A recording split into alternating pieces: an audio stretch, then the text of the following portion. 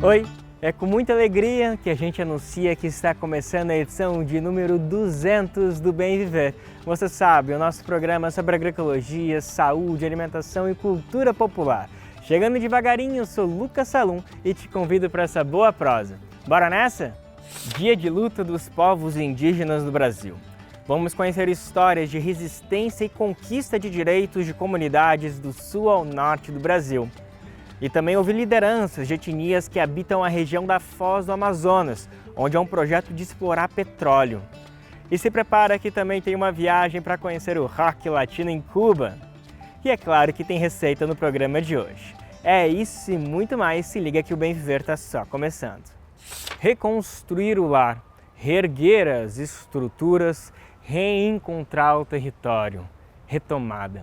Passado mais de 500 anos desde a desapropriação cultural, povos indígenas de todo o país vivem um momento de retornar para o modo de vida que desenvolveram, mas foram impedidos de seguir pela chegada dos europeus por aqui. Hoje, mais do que a garantia de direitos, esse movimento significa uma esperança para que o mundo não adoeça nesse caos climático que nós já estamos vivendo. No Rio Grande do Sul, o povo Imbiá-Guarani está nessa luta há 7 anos, reflorestando o território, apesar de todos os olhares cruzados e as canetadas burocráticas. Marcelo Ferreira conta essa história pra gente. A aldeia para o povo Imbiá-Guarani é Tecoá, palavra que significa lugar do bem viver ou lugar de ser. Espaço cada vez mais escasso para essa etnia indígena que antes da chegada dos europeus não conhecia cercas e prosperava, caminhando entre territórios no sul e sudeste do Brasil. Para preservar sua cultura e os poucos espaços de mata nativa que restam, nos últimos anos, os Imbiá-Guarani têm realizado retomadas de território. Uma delas é a Tecoá Igerê, retomada Ponta do Arado, na zona sul de Porto Alegre. A antiga fazenda do Arado Velho foi ocupada em junho de 2018. Foi lá que conversamos com o cacique Timóteo Caraí Mirim sobre as principais demandas do seu povo, que no início do ano realizou um encontro para discutir a realidade em que vivem atualmente. Primeiramente no Guarani, porque é primeiro lugar, nós queremos aldeia, porque dali que vai começar, para que trabalho?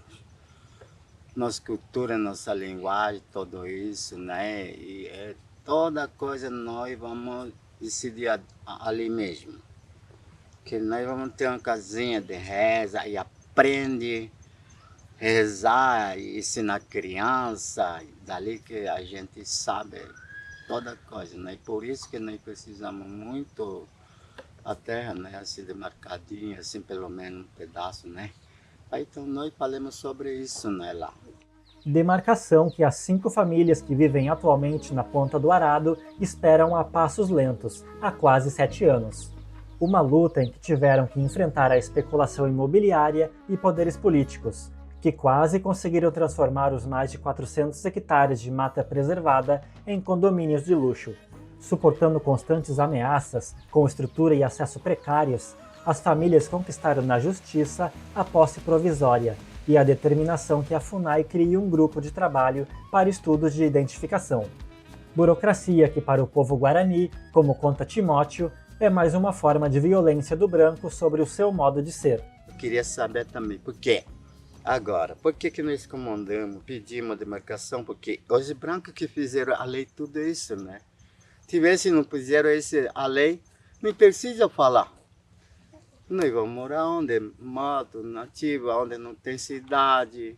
Tudo isso nós temos direito, porque é nosso, Porque ninguém trabalha para fazer mato, essa coisa tudo, e essa terra, e fizeram nosso Deus que fizeram, O Encontro Imbiá-Guarani reuniu dezenas de tecoás no município de Guaíba. Além da questão da demarcação, eles destacaram a fragilização de sua cultura pela urbanização e o preconceito que sofrem na sociedade, e a necessidade de políticas públicas para resolver a precariedade na saúde e na moradia, a falta de água potável e saneamento, e a falta de infraestrutura nas poucas escolas que existem nos territórios. O coordenador do Conselho Indigenista Missionário na região sul, Roberto Liebigotti, esteve no encontro. Ele explica a histórica desterritorialização dos indígenas no Rio Grande do Sul. As poucas áreas demarcadas foram áreas reservadas pelo Estado mas que passam por um processo de espoliação, né, do uso indevido da terra através de um sistema de arrendamento dos territórios.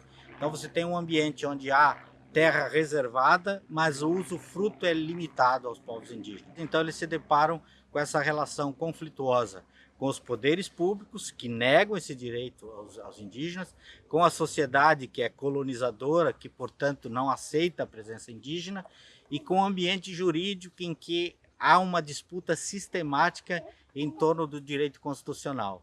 E a base hoje de discussão, ela se dá a partir da tese do marco temporal, né, em que houve todo um movimento de luta contra a tese, no âmbito do Supremo Tribunal Federal, que rejeitou a tese do marco temporal, mas que ele é inserido através de uma lei. O cacique Timóteo reforça que o seu povo quer preservar a floresta para garantir o futuro das crianças. Então nós chegamos aqui para fazer aldeia, e através de nosso Deus, sempre rezamos por nosso Deus, né? Agradecemos, e se sempre vieram espírito aqui para continuar a natureza. Isso é importante para nós, para isso que nós queremos, né? Isso vai continuar sempre mato assim.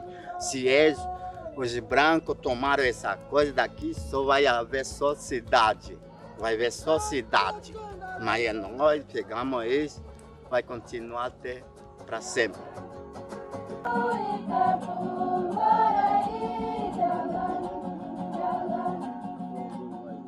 Retomada para garantir territórios ancestrais com tecnologia, sim.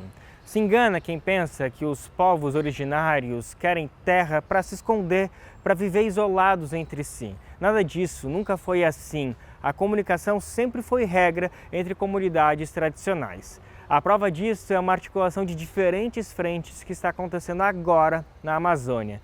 É o Conexão Povos da Floresta, que está levando internet para melhorar a vida de diferentes territórios. E em Belém, Mariana Castro conta sua história para a gente. Criado em 2021, o projeto Conexão Povos da Floresta é considerado o maior programa de conectividade entre povos indígenas, quilombolas, ribeirinhos e extrativistas da Amazônia. Ele leva hoje internet banda larga a 40 mil pessoas, em 1.400 comunidades, e pretende alcançar a marca de 1 milhão de pessoas em 5 mil comunidades até o final do ano de 2025. Mas o projeto vai muito além da conectividade, como explica José Carlos Galiza, da Coordenação Nacional de Articulação de Quilombos, a CONAC. A grande maioria das comunidades tradicionais na Amazônia Legal Brasileira não tinha nenhum tipo de conectividade, né? Não tinha nenhum tipo de comunicação, internet não tinha. Hoje são mais de 50 organizações governamentais que são parceiras do projeto, e cada uma dessas organizações tem expertise em um determinado tema. Então, uma trabalha com educação, outras com saúde, outras com questões ambientais, e daí vai, né? Então, a gente começou a se organizar para levar outros conhecimentos. Então, hoje, a internet na comunidade, ela não é o principal objetivo do projeto mais, né? A internet hoje é para fazer o projeto acontecer na comunidade. Ao aderir ao projeto, a comunidade recebe um kit de conectividade, contendo também um notebook e um celular para uso coletivo, além de formação e acompanhamento das organizações. Morador da Reserva Chico Mendes e secretário de Articulação de Juventude do Conselho Nacional das Populações Extrativistas, o Wendel Araújo destaca alguns benefícios do projeto.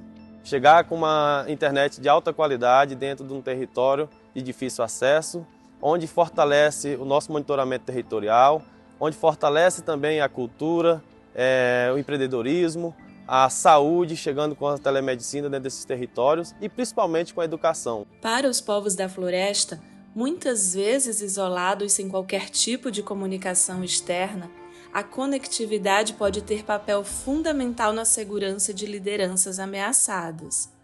Como explica Alcebias Sapará, liderança indígena de Roraima e vice-coordenador da Coordenação das Organizações Indígenas da Amazônia Brasileira, a COIAB.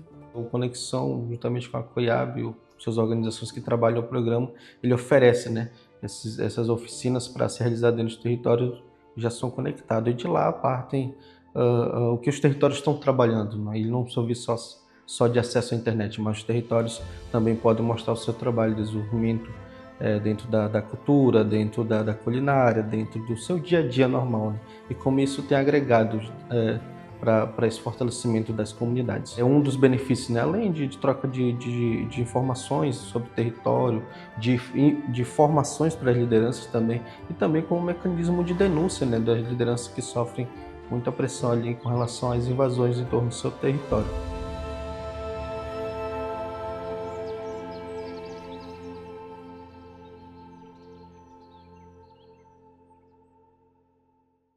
Enquanto a gente está conversando por aqui, uma grande ameaça circunda povos indígenas do extremo norte do país. A Petrobras não esconde de ninguém o interesse de explorar petróleo na foz do rio Amazonas. De um lado, a expectativa de encontrar uma mina de ouro na região. De outro, o temor de que mais um projeto ambicioso signifique destruição ambiental, o fim de culturas e, quem sabe, até de comunidades inteiras. Durante o acampamento Terra Livre, que aconteceu agora em Brasília, reunindo lideranças de todo o país, o nosso repórter Heraldo Paulino conversou com duas mulheres dessa região ameaçada, o Amapá, para entender o que está em jogo.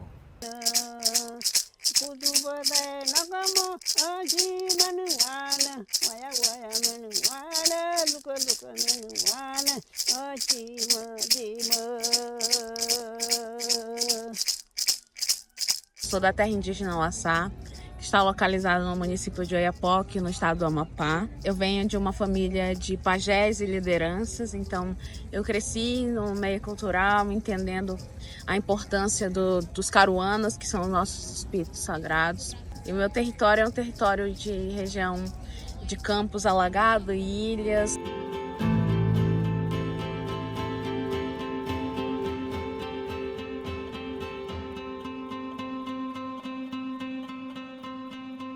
Nós temos o trabalho de ir na roça também, que para além de produção de farinha de mandioca, que é a nossa base alimentar, é também um momento da nossa escola indígena. Para além daquela escola que a gente vê que é colocada ali padrão, é um momento que nós aprendemos com todo mundo. Então, o meu povo ele tem essa cultura muito forte dos multirões, de ajudar a plantar, a colher também, e ensinar as crianças todos esses processos. E a gente vai aprendendo também como adulto.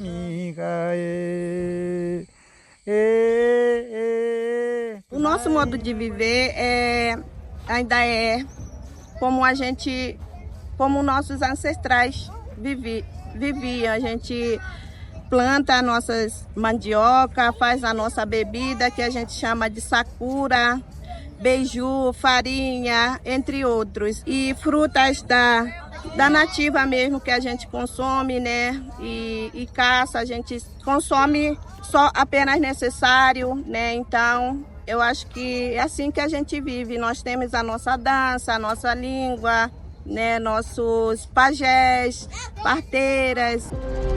Exploração de petróleo na foz do Amazonas. Hoje em dia, os nossos direitos estão sendo violados, né?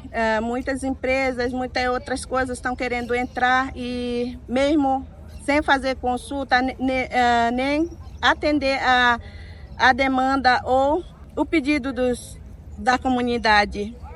Então, vai trazer muitas coisas ruins para a nossa comunidade, em geral. Eles usam o discurso de que está longe do território, mas nós temos uma conexão muito forte com a influência de marés, todos os 3 territórios indígenas da região do Oiapoque. Os 4 povos que ali moram têm relação muito forte com o mar. Nós temos histórias, nós temos conexões, nós temos um lugar onde nossos ancestrais também passaram. Então, tudo isso é tirado de contexto nesse momento. Então, até hoje a gente passa por essa situação, não se existe escuta ativa aos povos indígenas, um diálogo para a consulta prévia, na qual também é extremamente importante.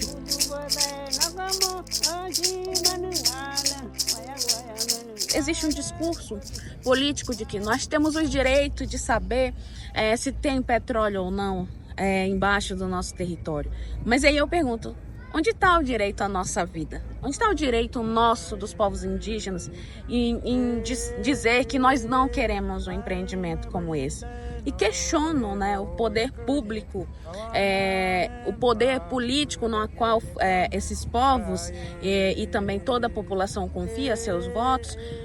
Como você, nesse espaço, garante esse direito, né?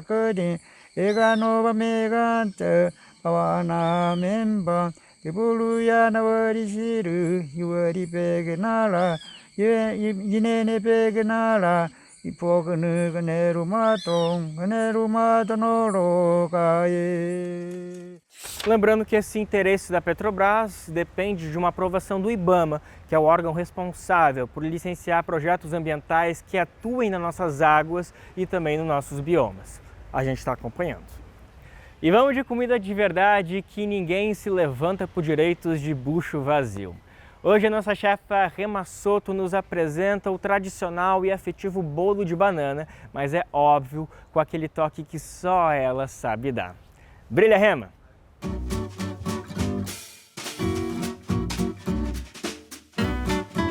Oi, meus queridos, tudo bem com vocês? Hoje eu estou aqui para ensinar um bolo do Chévere Restaurante, bolo de banana. Ficou curioso? Vem comigo! Para essa receita, a gente vai precisar de 3 bananas, 3 ovos, 50 ml de óleo, 150 gramas de açúcar, 150 ml de leite, 10 gramas de fermento em pó, 200 gramas de farinha de arroz, 60 gramas de uva passas e essência de baunilha. Então, a primeira coisa que a gente vai fazer é preparar nossas formas. Eu tenho 2 aqui. Essa não precisa de nada, ela já está prontinha. E essa daqui a gente vai, no mesmo óleo que a gente tem da receita, pegar só um pouquinho e a mesma açúcar faz isso.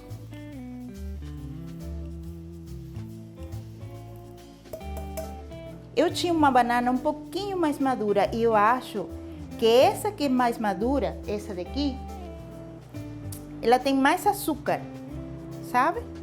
Então, eu só vou tirar essas pontinhas e nesse caso, esse pedacinho e vai, já ela está lavadinha. A gente vai utilizar nosso ingrediente integralmente.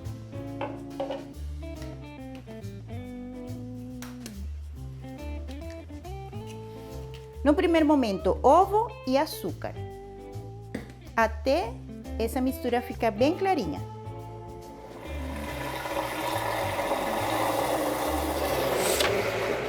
Agora a gente vai acrescentando aos poucos, tá? Óleo, banana, leite e baunilha.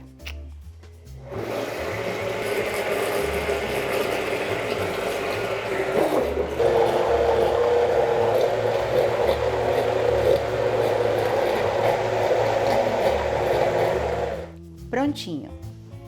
Agora, na tigela, a gente faz a mistura de nossa farinha, o fermento e a uva passa. Mistura e incorpora o restante de nossos ingredientes aqui. Vê se tá tudo certinho aqui no fundo.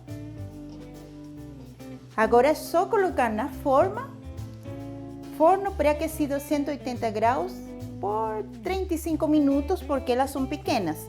Se fosse aquela grande de 1 quilo, seria mais ou menos 40 a 45 minutos, tá bom? Deu nosso tempo. Vamos ver? Nossa, que delícia! Olha aqui. Douradinho. Na forma de silicone, ele fica assim bem lisinho, tá vendo? E naquele que a gente colocou o açúcar, ele fica, ó, bem crocante. Vê? Mais douradinho. Mas vai do seu gosto. O importante é que a gente aprenda a usar integralmente nossos alimentos, que se atreva a brincar dentro da cozinha e fazer receitas novas, velhas, inventadas, tanto faz. O importante é que você faça um ingrediente que de repente a gente ia jogar porque não dava mais uma banana bonita. Mas agora é minha vez. Marca a gente nas redes sociais, Rema Chef Chévere Restaurante, e faz com a gente. Delícia.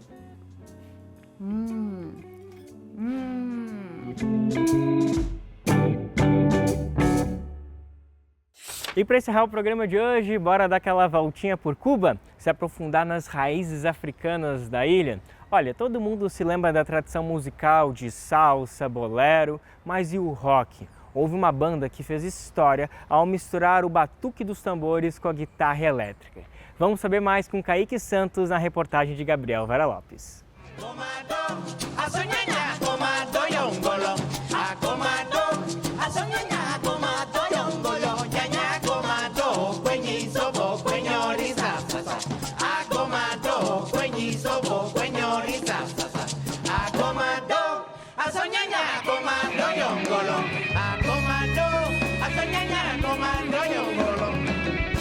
Fundada em meados da década de 1970, Síntesis é uma das bandas mais icônicas do movimento Nueva Trova cubana, que surgiu em um contexto de profundas transformações políticas e sociais na ilha. Vencedora de um Grammy entre diversos prêmios nacionais e internacionais, a banda se destacou por explorar a herança africana de Cuba, integrando ao rock e ao jazz ritmos e cantos da santeria e da música iorubá.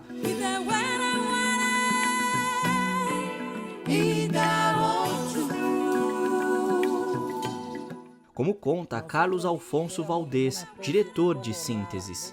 Por aí foi que arrancou.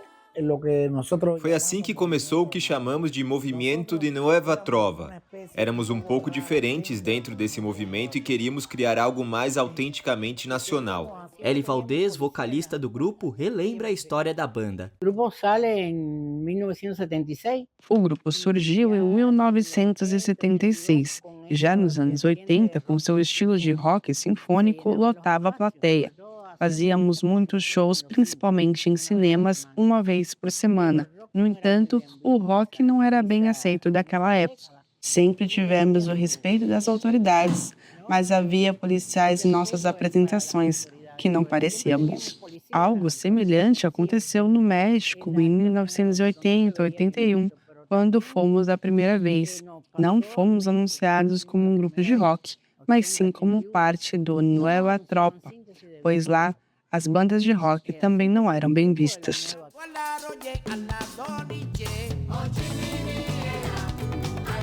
Em uma época de forte estigmatização da cultura iorubá, a Síntese se comprometeu não apenas a fazer rock em Cuba, mas também a incorporar elementos da cultura popular cubana em seus trabalhos. Isso popularizou os cantos iorubás fora dos círculos religiosos. Carlos Alfonso conta como foi esse processo. Eu tropecei na música afro-cubana, não conhecíamos muito sobre ela, mas chamou minha atenção em um festival religioso fora de Havana. Percebi que havia algo especial naquelas canções. Era eletrizante. Comecei a ouvir aquela música com o meu rock and roll na cabeça.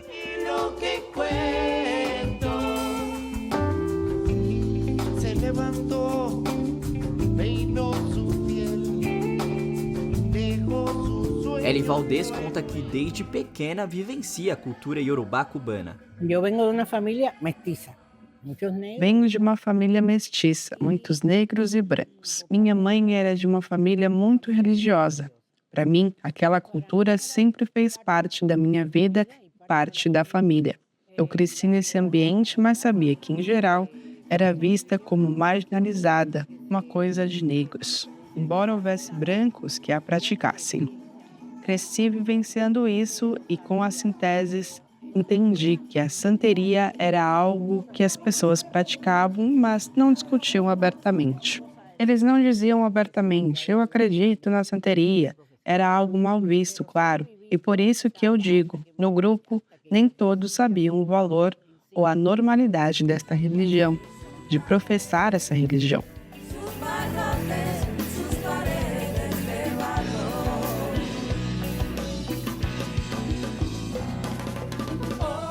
Sínteses não apenas foi pioneira na introdução de elementos da cultura iorubá no rock e no jazz, mas também se tornou um pilar na luta contra o preconceito em relação às religiões de matriz africana, reafirma Eli Valdez. Acho que a partir dessa elaboração que a síntese faz, misturando rock e jazz, ela deu aos jovens a chance de descobrir que todos nós temos nossas próprias raízes. Damos a eles um tipo de curiosidade e reconhecer que também temos essa raiz africana. Eu acho que o trabalho de síntese, o que ele conseguiu é que essas gerações também se reconheçam nessa raiz afro-cubana. Para a banda Sínteses, defender Cuba é, acima de tudo, defender a identidade cultural, reafirma Carlos Alfonso. A arte e a espiritualidade são fundamentais. Sem cultura não há nada. Levantamos essa bandeira, o escudo da pátria é a cultura, e devemos nos defender com ela. É o maior patrimônio do nosso país. Não temos petróleo ou riquezas materiais, mas temos cultura e música.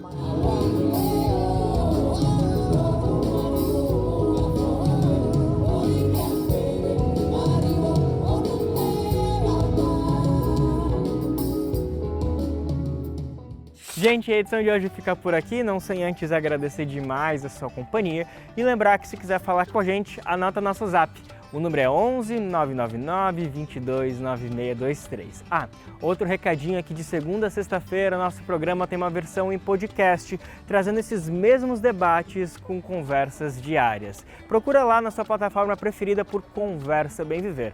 De qualquer forma, semana que vem a gente está de volta aqui nas telinhas e eu tô te esperando, hein? Até lá! Tchau, tchau!